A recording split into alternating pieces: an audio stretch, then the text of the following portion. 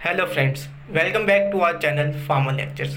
आज हम इसमें पढ़ेंगे मेडिसिनल केमिस्ट्री का यूनिट 2 का जो आज का हमारा टॉपिक है S A R of sympathomimetic drug, या हम इसको S A R of adrenergic agonist भी कहते हैं। सिंपैथोमिमेटिक एजेंट्स क्या होते हैं या सिंपैथोमिमेटिक ड्रग्स क्या होते हैं? ये वो स्टिमुलेंट कंपाउंड्स होते हैं जो बिल्कुल हमारे सिंपैथेटिक नर्वस सिस्टम से आने वाली जो एंडोजीनस इफेक्ट होते हैं उनकी ही कॉपी करते हैं। इसको हम सिंपैथोमिमेटिक ड्रग्स कहते हैं। जैसा कि मैंने इसके बारे में आपको लास्ट क्लास में भी बता रखा था, सिंपैथोमिमेटिक ड्रग्स के बारे में और सिंपैथोमिमेटिक एजेंट्स के बारे में। और जो हमारा ऐसे आ रहा है इसको हम स्ट्रक्चर एक्टिविटी रिलेशनशिप कहते हैं, और इसके बारे में हमने पिछली क्लास में पढ़ रखा। एग्जाम में सेकेंड ईयर में सबसे ज़्यादा पूछे जाने वाला जो मेडिसिनल केमिस्ट्री में क्वेश्चन आता है वो एस ही पूछा जाता है। एस ऑफ सिंपैथोमिमेटिक ड्रग ये ज़्यादा बार आता है। तो इसको पढ़ने के लिए हमें सबसे पहले एक स्ट्रक्चर ड्रॉ करना होगा जिसमें अमाइन ग्रुप के साथ अल्फ़ा पोजीशन पे एक कार्बन होगा, उस कार्बन के नेक्स्ट में एक और कार्बन होगा जिसको हम बीटा पोजीशन पे रखेंगे, और उस बीटा पोजीशन से उसके साथ एक फिनाइल रिंग या एरोमेटिक रिंग जो है वो अटैच होगा, और उस कंपाउंड का जो नाम होगा उसको हम कहेंगे बीटा फिनाइल इथाइल अमाइड। ठीक है। अब हमें एस पढ़ने के लिए जो हमारे पास सबसे बेस्ट वे जो है, सबसे आसान तरीका ये है कि हम इन जो कंपाउंड है इसको 3 पार्ट्स में डिवाइड कर देते हैं। पहला पार्ट हम फिनाइल रिंग रखते हैं, दूसरा पार्ट हम इथाइलिन लिंकेज रखेंगे, और तीसरा पार्ट जो है हमारा वो हम अमीनो ग्रुप रखेंगे। तो हम एक एक करके इन तीनों के बारे में पढ़ेंगे, तो इससे आपको समझने में भी आसान होगा और आपको कन्फ्यूजन नहीं होगी और पेपर में आप आसानी से लिख पाएंगे। तो सबसे पहले हम सिर्फ फिनाइल रिंग से स्टार्ट करते हैं। ठीक है, तो फिनाइल रिंग के बारे में पढ़ते हैं।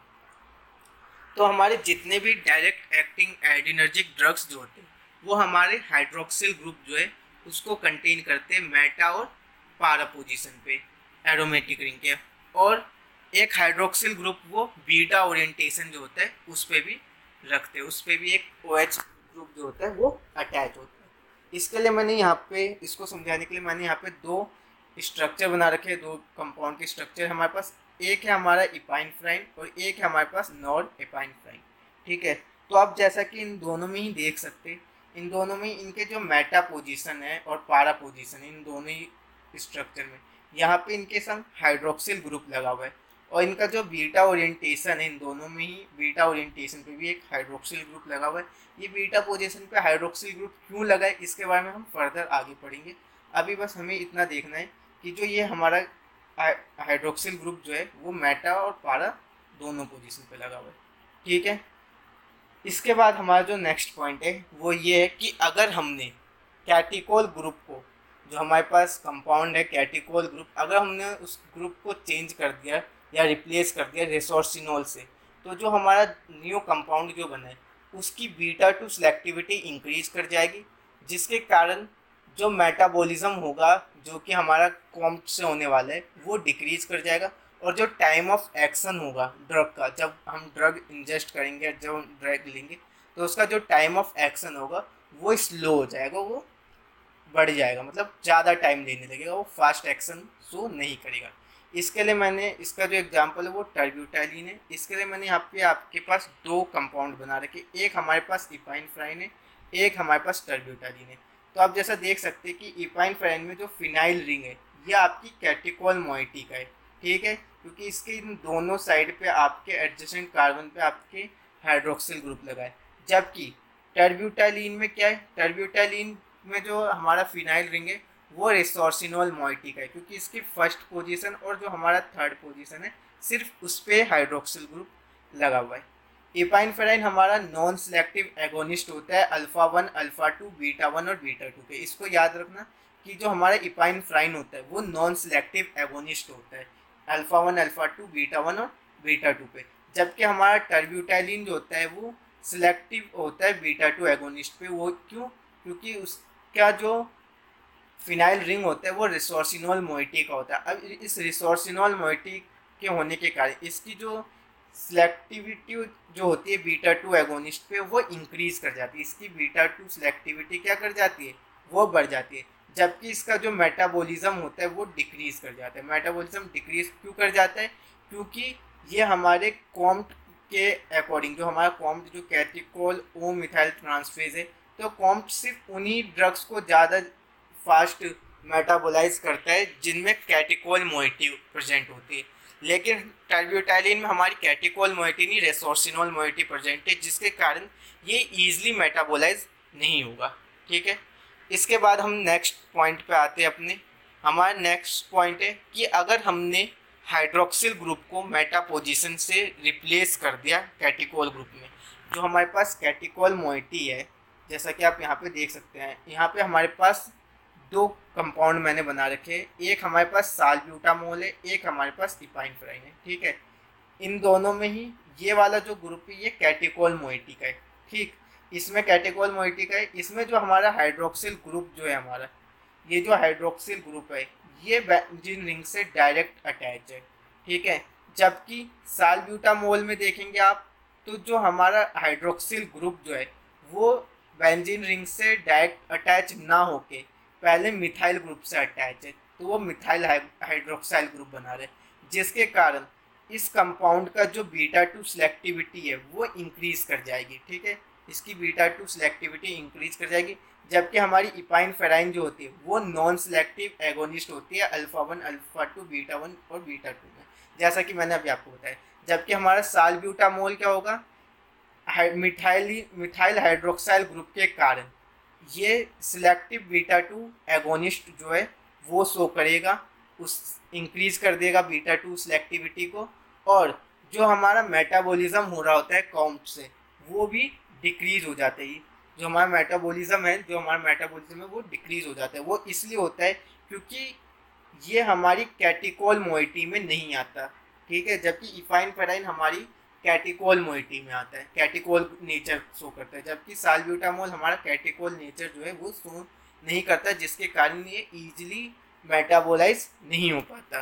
ठीक है, इसके बाद हमारा जो नेक्स्ट पॉइंट है वो ये है, फोर्थ पॉइंट हमारा, कि अगर हमने पारा हाइड्रोक्सिल ग्रुप को रिमूव कर दिया इपाइन फ्राइन से, जो हमारा इपाइन फ्राइन पे पारा पोजीशन पे जो हाइड्रोक्सिल ग्रुप है, अगर हमने उसको रिमूव कर दिया वहाँ से, तो जो अब नया कंपाउंड जो बनेगा वो हमारा ज़्यादा सिलेक्टिव होगा अल्फा वन एड्रीनर्जिक रिसेप्टर के साइड में। ठीक है, इसके लिए मैंने यहाँ पे डायग्राम बना रखा है, ये देखिए। अब मान लीजिए अगर हमने इस पारा पोजीशन का जो हमारा हाइड्रोक्सिल ग्रुप है इसको यहाँ से हटा दिया, ठीक, जैसा कि यहाँ पे आप शो कर देख सकते हैं कि यहाँ पे हमारे पास हाइड्रोक्सिल ग्रुप नहीं है, तो जो हमारे पास कंपाउंड बन रहा है वो हमारा फिनाइल एफ्रीन बन रहा है।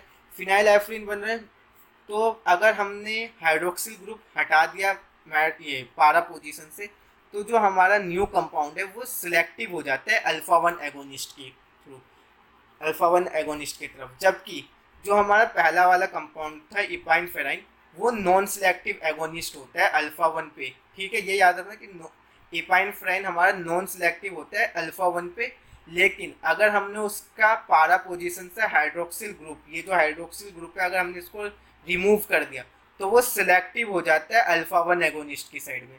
ठीक है, तो इसके जो एग्जांपल है वो हमारे पास फिनाइल एफ्रीन है। ठीक, अब इसके बाद हम बात करते हैं आपके इथाइलिन लिंकेज के लिए। ठीक है, अब दोस्तों हम बात करेंगे हमारे जो सेकंड जो हमारा ये पार्ट है, हमारा जो सेकंड पार्ट है वो है हमारा इथाइलिन लिंकेज। अब हम एक एक करके इथाइलिन लिंकेज के जो पॉइंट्स हैं उनको डिस्कस करेंगे कि जिससे समझने में हमें आसानी हो जाए। तो लेट्स स्टार्ट। तो इथाइलिन लिंकेज में जो हमारा पहला पॉइंट है वो है कि greatest sympathomimetic activity occurs when two carbon atoms separate the ring from amino group. अब जैसे कि मैंने इसके समझाने के लिए यहाँ पे हमारे पास तीन मैंने कंपाउंड बना रखे, एक हमारे पास नॉर इपाइन फ्राइन है, एक हमारे पास इपाइन फ्राइन है और एक हमारे पास आइसोप्रोटेनोल है। ठीक है, अब इन तीनों में ही आप देख सकते हैं जो हमारे अल्फा और बीटा कार्बन जो है, ये दोनों ही कार्बन एटम जो है इन दोनों ने अमाइन ग्रुप और जो हमारा बेंजीन रिंग है इन दोनों को सेपरेट कर रखा है।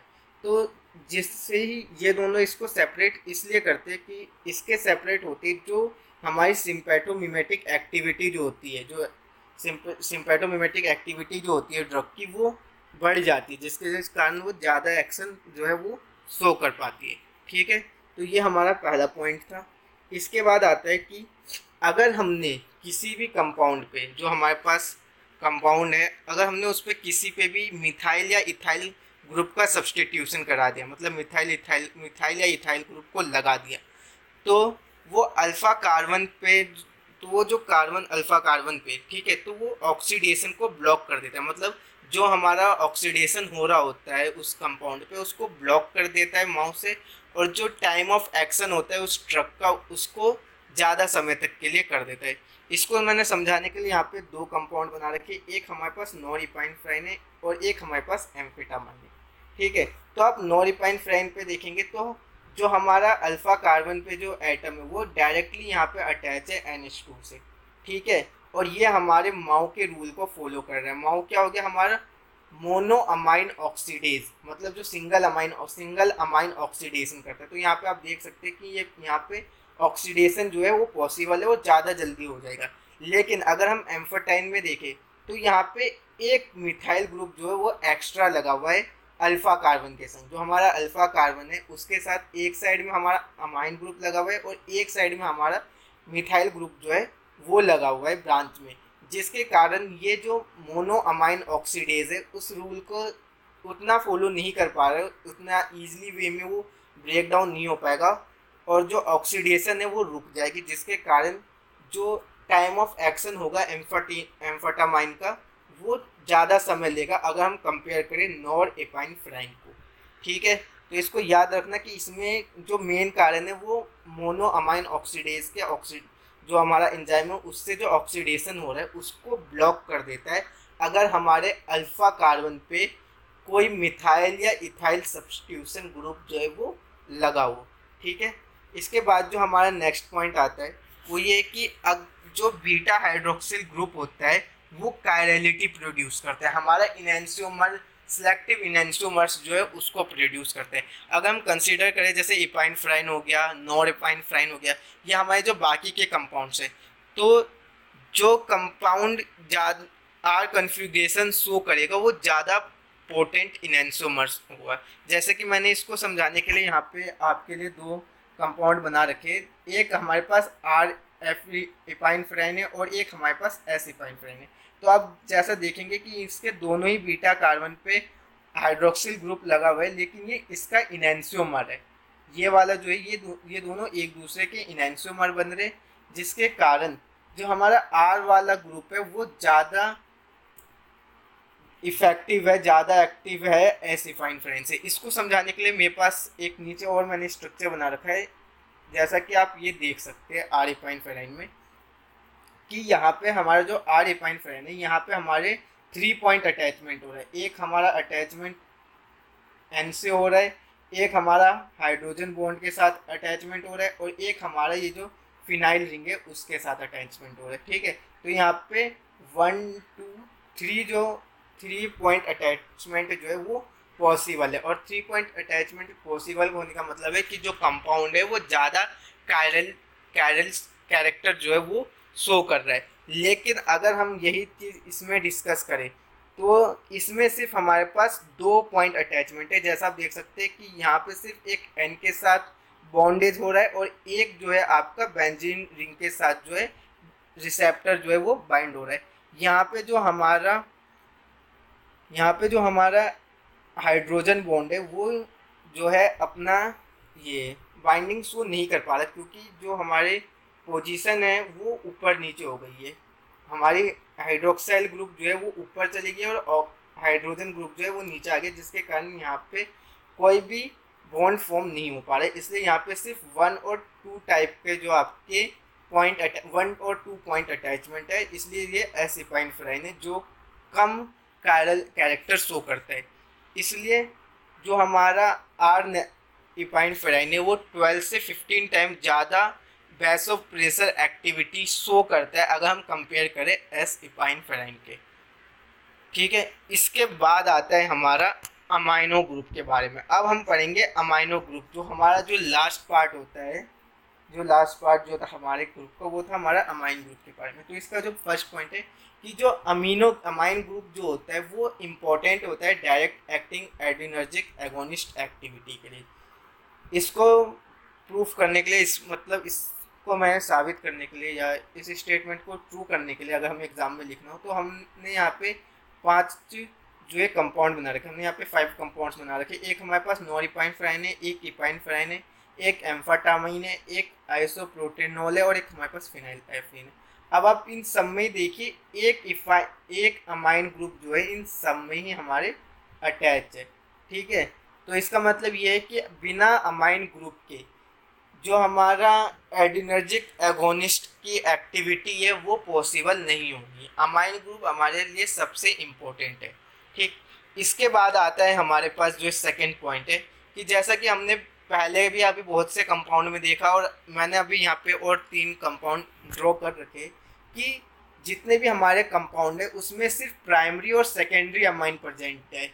टर्सरी और क्वाटरनरी अमाइन जो है वो ज़्यादा पोटेंट होते हैं, मतलब सेकेंडरी और प्राइमरी अमाइन जो होता है वो हमारा ज़्यादा पोटेंट होता है, ज़्यादा इंपॉर्टेंट होते हैं हमारे टर्सरी और क्वाटरनरी अमाइन से। जैसा कि आप यहाँ पे देख सकते हैं, ये देखिए ये हमारा प्राइमरी अमाइन हो गया और ये दोनों हमारे सेकेंडरी अमाइन है, ठीक है। तो और भी बहुत से कंपाउंड है, आप देखेंगे तो उनमें देखेंगे तो पता चल जाएगा कि जो हमारा ग्रुप है, जो हमारे कंपाउंड है, उसमें सिर्फ प्राइमरी और सेकेंडरी अमाइन ही प्रेजेंट है, टर्सरी और क्वाटरनरी अमाइन प्रेजेंट नहीं है, जिस कारण हमारा प्राइमरी और सेकेंडरी अमाइन जो है वो ज़्यादा इम्पोर्टेंट है। इसके बाद जो हमारा नेक्स्ट पॉइंट है वो ये है कि जैसे ही हम अल्काइल सब्स्टिट्यूशन का साइज बड़ा करते हैं तो जो हमारा बीटा रिसेप्टर होता है वो भी इंक्रीज कर जाता है और डिक्रीज कर जाएगा जब हम अल्काइल सब्स्टिट्यूशन को कम कर देंगे। जो हमारा साइज ऑफ अल्काइल सब्स्टिट्यूशन है उसको कम कर देंगे। जैसे कि एन मिथाइलेशन जो है वो इंक्रीज करता है पोटेंसी को, प्राइमरी अमाइन को। तो आप जैसे इसमें देख सकते हैं कि मैंने यहाँ पे आपके लिए 2 कंपाउंड बना रखे, एक हमारे पास इपाइन फ्राइन है और एक हमारे पास आइसोप्रोटेनॉल है, ठीक है। तो इसमें अगर आप देखेंगे तो यहाँ पे ये हमारे पास 3 ये टर्सरी हमारे पास, यहाँ पे हमारे पास 2 कार्बन एटम जो है वो 3 कार्बन एटम और लगे हुए। जैसा कि मैं अभी बता रहा था आपको कि जैसा कि आप इसमें देख सकते हैं यहाँ पे हमारा प्रोपाइल ग्रुप जो है यहाँ पे अटैच है, जबकि यहाँ पे सिर्फ एक मिथाइल ग्रुप अटैच है, जिसके कारण जो इसकी एल्काइल ग्रुप जो है वो एल्काइल चेन बड़ी है और इस इपाइन फ्राइन में एल्काइल चेन स्मॉल है, जिसके कारण ये नॉन सिलेक्टिव एगोनिस्ट है अल्फा 1, अल्फा 2, बीटा 1 और बीटा 2 पे। लेकिन ये सिर्फ बीटा 1 और बीटा 2 पे सिलेक्टिव है और यहाँ पे कोई भी अल्फा एक्शन जो है वो हमारा शो नहीं कर रहा। इसके बाद आता है हमारा जो लास्ट है कि अगर हमने लार्ज सब्स्टिट्यूशन को अटैच कर दिया अमीनो ग्रुप पे तो जो मेटाबॉलिज्म हो रहा होता है माउस से वो डिक्रीज हो जाता है। जैसे कि यहाँ पे आप देख सकते हैं कि नॉरिपाइन फ्राइन में कोई भी सब्स्टिट्यूशन नहीं है, लेकिन अगर हम आइसोप्रोटेनॉल और टर्ब्यूटालिन और साल्ब्यूटामोल में देखेंगे तो यहाँ पे जो हमारे जो सब्स्टिट्यूशन है एल्काइल ग्रुप के वो ज़्यादा है, जिस कारण जो मेटाबॉलिज्म जो हो रहा होता है माउस से वो इनका कम होता है अगर हम कंपेयर करें नॉरिपाइन फ्राइन के साथ। इसलिए ये हमारा शॉर्टर ड्यूरेशन ऑफ एक्शन जो है नॉरिपाइन फ्राइन शो करता है एज कंपेयर टू आइसोप्रोटेनॉल, टर्ब्यूटालिन और साल्ब्यूटामोल पे। अगर आपको वीडियो अच्छी लगी हो तो इसे लाइक करना, शेयर करना, सब्सक्राइब करना। कोई डाउट हो तो कमेंट करना और इसके नोट्स आपको लिंक में मिल जाए, वेबसाइट में मिल जाएंगे और इसका लिंक डिस्क्रिप्शन में। तो जाके वीडियो को देखें और अपने दोस्तों के संग शेयर करें। Thank you.